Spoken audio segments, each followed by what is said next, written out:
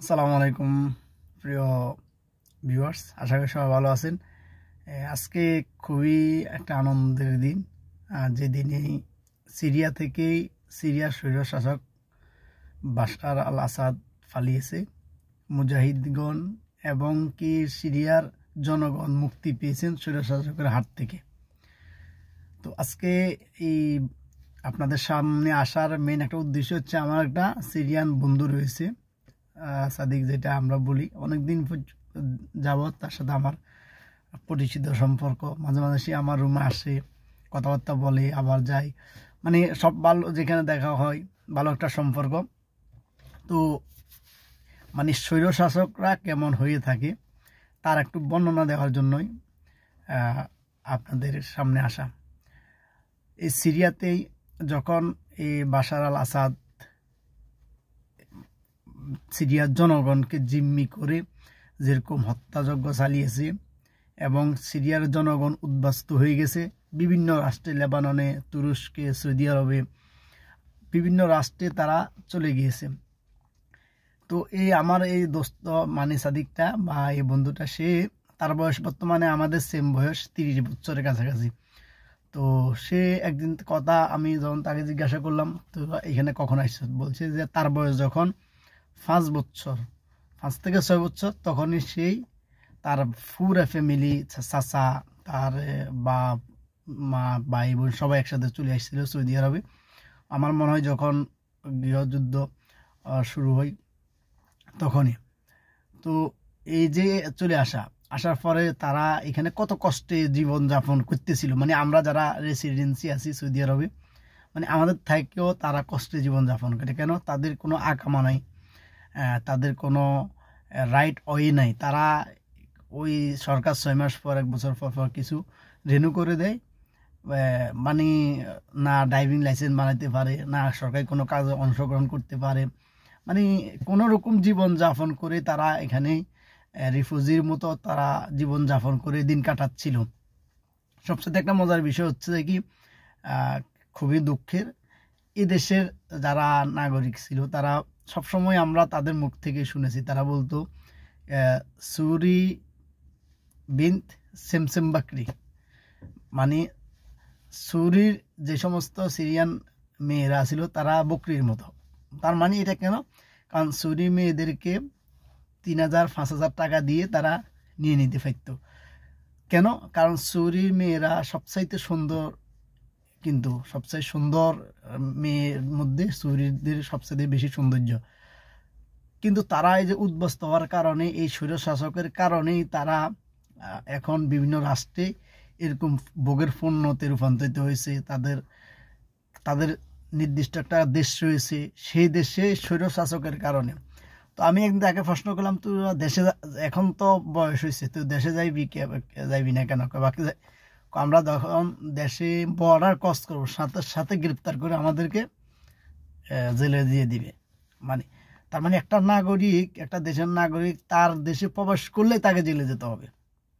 সে কোনো খুনিও না, ডাকাতও না, হত্যাকারীও না, কিছুই না, ব্যাস জাস্ট অপরাধ, সে একজন সুন্নি মুসলমান, সেই মুজাহিদিনের পক্ষে সেই সিরিয়ার নাগরিক। স্বৈরশাসক যেমন আমাদের দেশে স্বৈরশাসক শেখ হাসিনা, আওয়ামী লীগ, যখন বিএনপি, জামাত সহ আরো অন্যান্য যারা যে সমস্ত লোক ছিল, তারা বিদেশ থেকে যখন দেশে যেত তাদেরকে আটক করত। এরকমও ঘটনা আছে, শিবিরের একটা ভাই তার বিয়ের আসর থেকে তাকে উঠিয়ে নিয়ে গেছে। এটা কি ইমাজিন করা যায়? স্বৈরশাসকরা এমনই হয়। অসংখ্য যারা আমরা দেখেছি, বাংলাদেশ বলেন, সারা পৃথিবীতে যে সমস্ত স্বৈরশাসকগুলো আছে, তারা তাদের দেশের নাগরিকগুলাকে এত অত্যাচার করে, কিন্তু একদিন স্বৈরশাসকের পতন হয়, এটা ইতিহাস বলে হবেই। কিন্তু এই বিষয়গুলা থেকে, শ্রীলঙ্কা থেকে শুরু করে আফগানিস্তান, বাংলাদেশ, এখন সিরিয়া, এগুলা থেকে স্বৈরশাসকদের শিক্ষা নেওয়া উচিত। এমনকি দিন গেছে, রাত গেছে, আমাদের বিষয় বলি,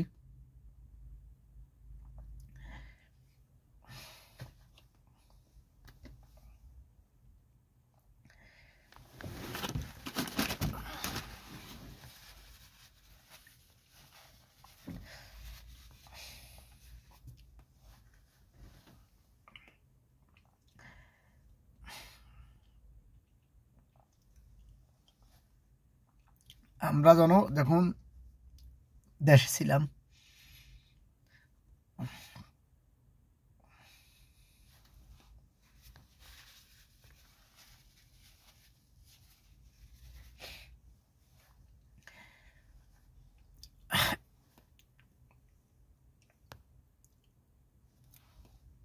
আমাদের দেশের স্বৈরশাসকের একটু বর্ণনা দিই। আমরা যখন দেশে ছিলাম, আমরা যখন কাউকে একটা শর্ট পর্যন্ত দিনে আওয়ামী লীগ বলেন, অন্যান্য বলেন, তারপরেও আমরা উদ্বাস্ত হয়ে গিয়েছিলাম।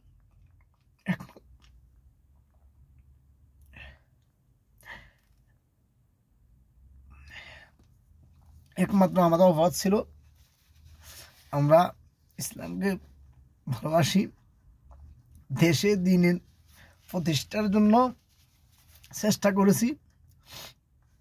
এই ইসলাম বিদ্বেষী নাস্তিক ভারতীয় দালাল স্বৈরশাসকরা এখনও বাংলাদেশে যে সমস্ত স্বৈরশাসকের দোষরা আছেন, তারা এখনও চেষ্টা করে যাচ্ছেন। আমরা যখন বাড়িতে আসতাম, সারা রাত্রি বইয়ের মধ্যে থাকতাম, কিন্তু কোনো অপরাধ ছাড়াই। আমাদের তো কোনো অপরাধ ছিল না। অপরাধ কখন আসি নিয়ে যাই,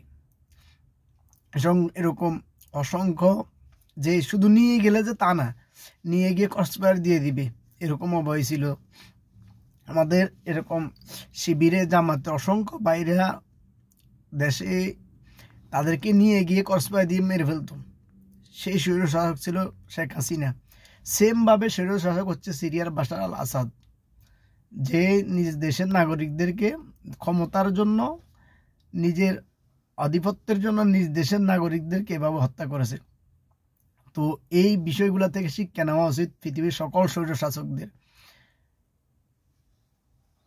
এই যে আজকে সিরিয়ার বিজয় হয়েছে, দেখেন স্বৈরশাসক মুক্ত হয়েছে, কত শত শত মসজিদ তারা বন্ধ করে দিয়েছে। মসজিদে কত কাছরা 8 বছর 10 বছর 15 বছর পর্যন্ত তারা মসজিদে ইবাদত করতে পর্যন্ত দেয়নি। আমাদের দেশে আমরা দেখেছেন পুলিশ কিভাবে জুতা নিয়ে মসজিদে প্রবেশ করে নামাজরত অবস্থায় জামাত শিবিরের কর্মী সমর্থকদেরকে উঠে নিয়ে গেছিলেন। এখন তারা কোথায়? এখন তারা ভেবেছিল তারা সারা জীবন থেকে যাবে, তাদের রাজত্ব তারা কায়েম করবে, আর এদেশে যারা ইসলাম প্রিয়, ধর্মপ্রিয়, যারা দেশপ্রেমিক, তাদেরকে তারা বাঁচতে দিবে না। তারা দেশটাকেই ইন্ডিয়ার কাছে বিক্রি করে দিবে।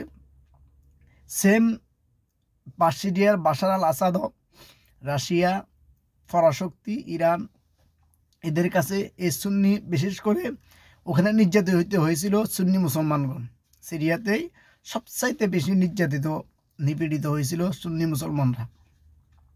যারা সুন্নি ছিল তাদের উপর সবচাইতে বেশি নির্যাতন হয়েছিল। তো এই স্বৈরশাসকদের থেকে শিক্ষা গ্রহণ করে পৃথিবীর সকল স্বৈরশাসকরা যাতে করে শিক্ষা নেয় যে একদিন একদিন তাদের পতন হবেই। সত্য কখনো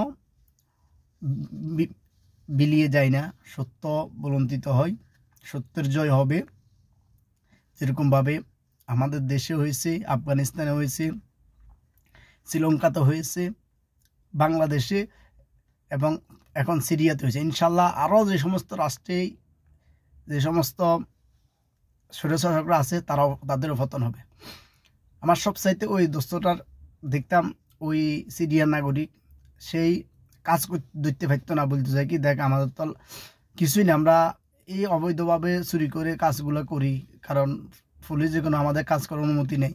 কারণ কাজ করার অনুমতি নেই, তাদের আকামা নাই, তাদের ড্রাইভিং লাইসেন্স নাই, গাড়ি চালাতে পারে না, কিছুই পায় না। কি যে একটা কষ্টের মধ্যে তারা যে রাষ্ট্রে ছিল, এখন দেখেন তাদের উল্লাস আনন্দ, মানে মানুষ যেন বুকের থেকে বড় ধরনের একটা ফাতর সরে গিয়েছে।